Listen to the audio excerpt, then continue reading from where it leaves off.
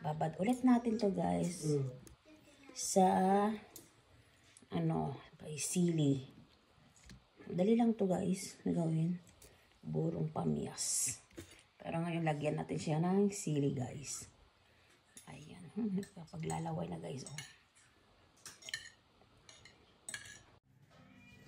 Ayan na guys. Ang ating gagawing buro ulit guys. Pangalawang gawa na natin to guys sa ating kamyas. Nakuha natin sa ating puno. Ayan, kasi ang sarap ng ano natin. Sarap pala itong ibabad guys. Kaya yan, para hindi masayang kasi sobrang lalaki na siya guys. So, gawin natin yung buro ulit guys. Tara, gawin na natin.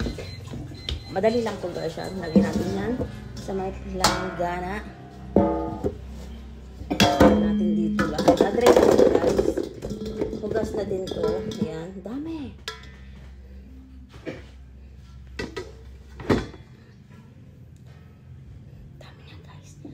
Ayan, ano lang natin siya guys ng asin. Ayan. Tapos, bawang sili lang guys ang lalagay natin.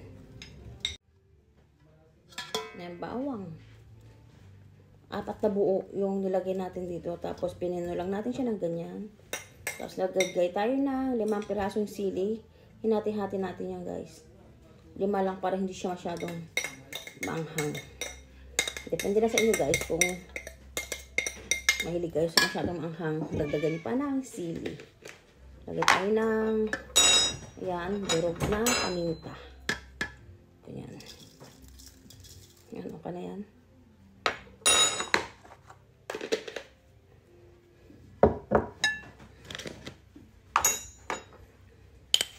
Ayan, lagyan natin ng konting guys. Yan. Konti lang. Para balance yung asin at saka yung alat niya. Tapos yung guys, asin. Yan, ganyan lang yun guys. Tapos haluin lang natin sa ganyan. Ayan.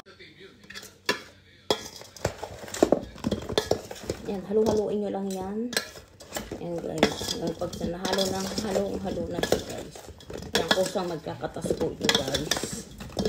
Kasi matutunaw po yung lagay po natin asin. Ay, nakakapaglaway na guys.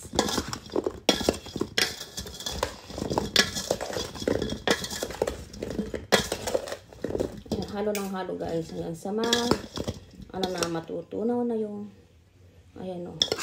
Yung asin. Tapos ililipat natin sa lalagyanan guys.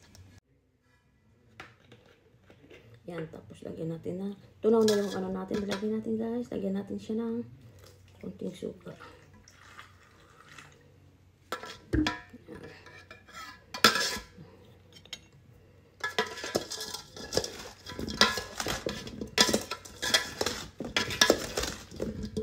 Halo-halo lang ito. Hanggang sa mahilo na yung kamyas. Joke lang guys. Ayan na guys. Ayan. Tikman natin siya guys. Kasi may na siya dito. Yung durog.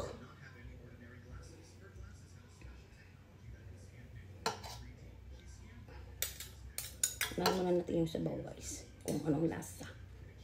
Kasi pag matabang i-adjust natin. Lagyan natin siya ng asin. Panalo. Ang sarap. Yan, meron na siya guys, oh.